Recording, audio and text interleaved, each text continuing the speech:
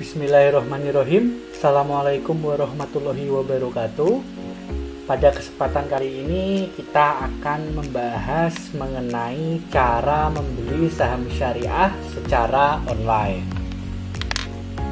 Yang pertama adalah kita harus membuat rekening dana nasabah, atau bahasa formalnya yang tertulis di dalam undang-undang itu aslinya adalah rekening efek. Namun beberapa orang juga menyebutkannya rekening dana investasi. Nah, apa itu rekening dana nasabah? Rekening dana nasabah adalah suatu rekening yang khusus untuk melakukan transaksi jual beli efek. Efek itu adalah surat berharga, dan saham itu adalah salah satu bentuk efek. Jadi efek ada banyak ya. Ada obligasi, ada suku, ada reksadana, dan juga ada saham. Jadi untuk membeli saham menggunakan saldo yang ada dalam RDN. RDN dapat menerima transfer masuk dan dapat pula transfer keluar menuju rekening bank biasa. Tapi RDN tidak dapat untuk menarik uang secara langsung atau fungsi rekening bank lainnya, misalkan menjadi kartu debit, melakukan pembayaran, dan lain-lain. Jadi intinya RDN itu cuma bisa digunakan untuk kita membeli saham.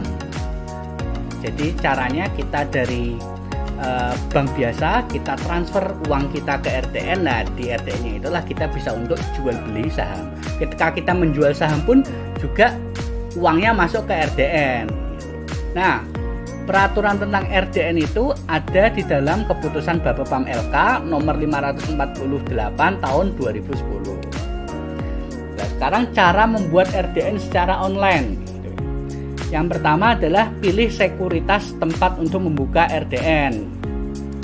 Jadi kalau kalian pernah dengar Mandiri Sekuritas, BNI Sekuritas, Indo Premier Sekuritas, Valburi Sekuritas, dan sebagainya. Nah, itulah contoh-contoh perusahaan yang bisa menyediakan rekening dana nasabah.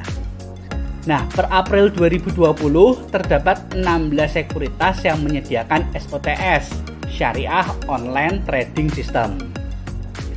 Nah, SOTS itu apa? SOTS itu membantu Anda untuk menampilkan saham syariah saja. Jadi yang tidak syariah tidak kelihatan. Jadi kita nggak mungkin salah atau kepencet beli saham yang tidak syariah. Nah, setelah kita menentukan nih, kita kan pelajari dulu kira-kira sekuritas mana yang cocok untuk kita. Cari di Google dan sebagainya. Kalau sudah, kita buka website sekuritas yang dipilih. Lalu pilih buka rekening melalui sistem online. Pokoknya intinya kita cari aja pilihan untuk registrasi online atau buka rekening online atau yang sejenisnya. Lalu isikan semua formnya, biasanya suruh upload KTP, isi alamat, dan lain sebagainya. Lalu nanti akan diproses. Nah, setelah diproses, menunggu beberapa hari, nanti kita akan dikirimkan email berisikan username dan password kita. Nah, ini artinya Anda sudah punya RDN. Nah, ketika kita sudah mempunyai username dan password, kita harus mengaktifasikan. Caranya gimana? Yang pertama, kita harus download atau install aplikasi sekuritas tersebut. Bisa di HP atau di PC. Nah, ini masing-masing ya, beda-beda. Lalu aktifkan menggunakan username dan password yang telah diberikan. Yang ketiga adalah kita harus transfer saldo minimal dari rekening biasa menuju ke RDN. Akun RDN Anda sudah siap untuk melakukan jual atau beli saham. Nah, ini saldo minimal RDN beda-beda. Ada yang 100.000, ada yang 1 juta, ada yang 5 juta, atau bahkan ada yang lebih besar dari itu.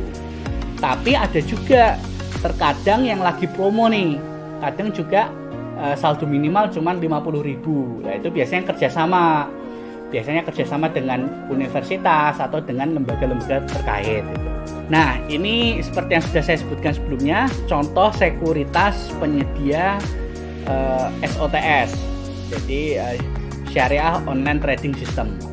Sekarang ini ada 16. Ini saya ambilkan dari websitenya dsnmui.or.id. Jadi ini yang sudah istilahnya tersertifikasi oleh MUI untuk menyediakan SOTS.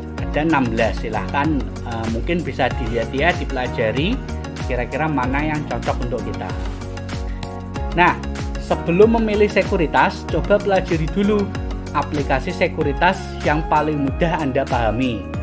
Kenapa? Karena segala kegiatan jual beli nanti itu hanya melalui aplikasi. Jadi kita nggak perlu datang ke tempat bursa efeknya, kita cukup melalui aplikasi saja. Makanya kan penting banget tuh kita pelajari dulu kira-kira aplikasi ini mudah dimengerti atau enggak. Nah, ini simulasi sederhana cara jual beli saham. Misalkan tadi saldo RDN kita 3 juta, misalkan ya. Nah, lalu harga satu lembar saham Telkom misal Rp3.000.